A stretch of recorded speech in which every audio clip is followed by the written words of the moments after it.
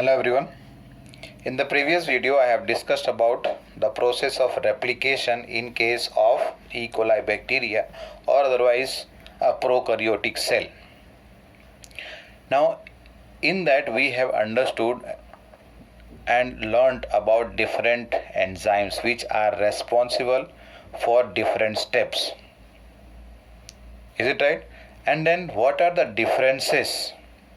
What are the differences between the replication of a prokaryote and eukaryote? Okay, with the help of this figure here. Different enzymes are there, different polymerases are there. Okay, for the purpose of performing different steps. Let us note down what are the differences between the replication in case of prokaryote and eukaryote. Simple differences. One of them is what? That in case of eukaryotic organism or eukaryotic cell, more DNA amount is there, or the eukaryotic cells have more DNA. And then there are multiple origin of replication. When we had discussed about the replication, what happens here? Origin of replication, where the two chains get separated and then the enzymes, and then the enzymes take care of different steps, that is helicase, topoisomerase, and then single strand DNA binding protein, and then DNA polymerase 3. All of them are going to start their work only after the origin of replication is identified and then the two chain gets separated there. So this kind of origin of replication in eukaryotic organisms are many. So that means here multiple places or points are there where the replication process starts. Then different enzymes are there. I mentioned here DNA polymerases are of different kind in case of eukaryotic cell. Likewise for helicase, topoisomerase and ligase enzyme. And then in case of eukaryote, we also have studied how DNA is packaged and then DNA is packaged by formation of nucleosomes. These are the structures that are formed by 8 histone octamers which are wrapped by a chain of DNA, a strand of double-stranded or double helix structure of the DNA. It wraps the histone protein which are positively charged. We have not discussed about telomeres. In some topic I will discuss about this telomere, as to what is telomere. Now let us come to the next topic, that is transcription. We have understood as to how DNA is synthesized with the help of a DNA. In that what we had started, that the two chain or the two strand of DNA get separated from each other. Both of them act as a template, and with the help of this template strand of DNA, a new strand or complementary strand of DNA is synthesized.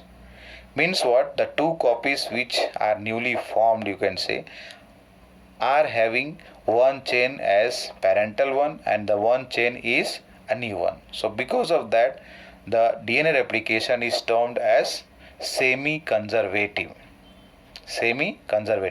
Here we are talking about transcription, in which we will discuss about how RNA is synthesized.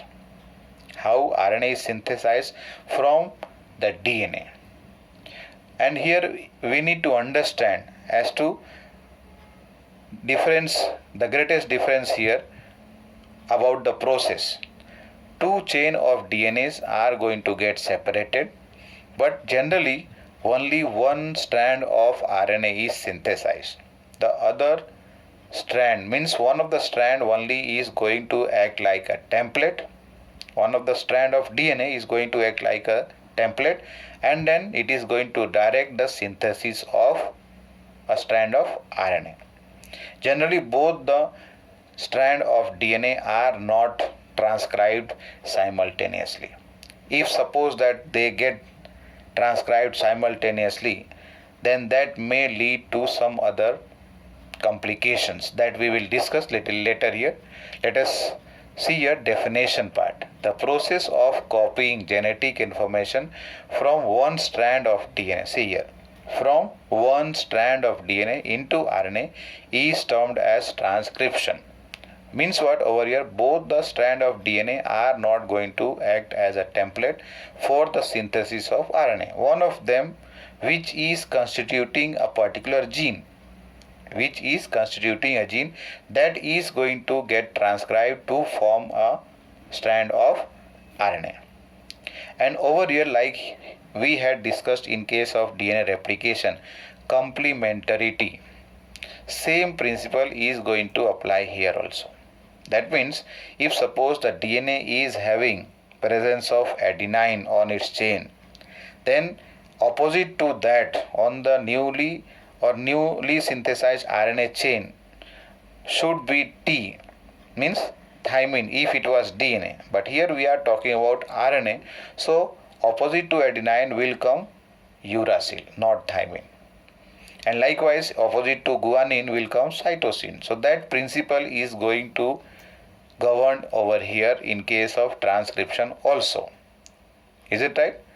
Only thing is what, that we are talking about the DNA is being used for the synthesis of RNA, and you know RNA has uracil in place of thymine.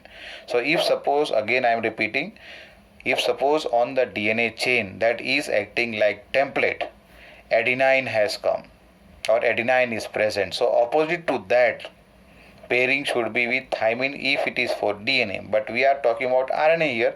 So opposite to adenine, what will come here? Uracil will come. Opposite to cytosine, guanine. Opposite to guanine, cytosine. And opposite to thymine, if suppose is there, thymine is present on the DNA, then on the RNA chain opposite to that will come as adenine as it is. Only the replacement is there between thymine and uracil. In place of thymine, uracil will come on the RNA chain over here. Now over here, unlike the process of replication, which starts at once, let us say at the origin of replication, DNA replication starts and then it completely replicates the whole genome. DNA replication starts and then completely what happens, the whole genome or the DNA chain is synthesized, or it is used for the synthesis of a new chain. But here in case of replication, we have to pay attention here that only one of the chain or only one of the strand of DNA is going to act like a template, and that also a segment of DNA, not the whole DNA or not whole strand of DNA chain, but only a segment of the strand of DNA is going to act like a template, because that is going to act like a gene over here. Note down this point here. In transcription, only a segment of DNA and only one of the strand is copied into RNA. Only a segment plus only one strand, that also is going to be transcribed into RNA. And this necessitates the defining boundary. Means what? Some limitations, some boundary has to be laid down, which demarcates the region and the strand of DNA. Means which part of the DNA and which strand is going to act as a template and has to be transcribed. That is necessary to understand here. Let us say that if both the strands are going to act like a template and the two strands of RNAs are going to get synthesized, then what are the conditions? What will happen? Let us see this question. Why both strands are not copied during transcription? During transcription, why both the strand of DNA are not copied? So let us see here. This has a simple answer. Okay, this has a simple answer here. The first thing is, what will happen if both strands act as template? That means this only. Why both the strands not copied during transcription? Means what?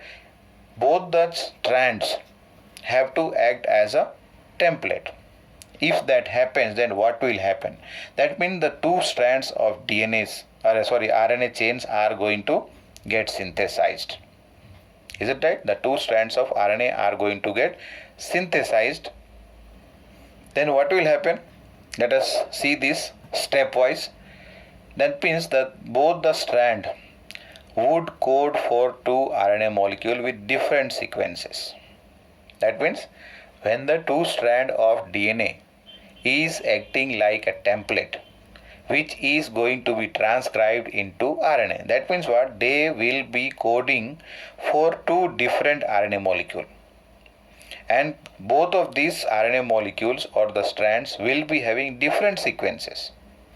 And suppose that after the RNA has been synthesized or RNA has been transcribed, both of them are, let us say, are involved in the protein synthesis.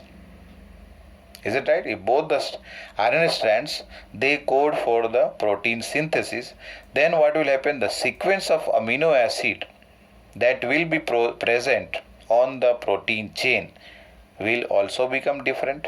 First of all, what happened? Two strands of DNA acting like a template for the transcription of RNA.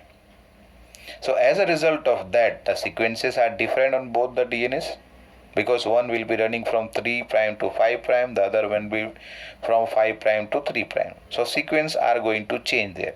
And as a result of that, two different RNA strands are going to be synthesized, which are going to code for two different kind of protein. That means what? Over here, that only one segment or small segment of DNA are coding over here for two different protein. And this is going to complicate the whole genetic information. Is it right? If that happens, means what? This is going to make it more complicated or complicated process of converting the genetic information.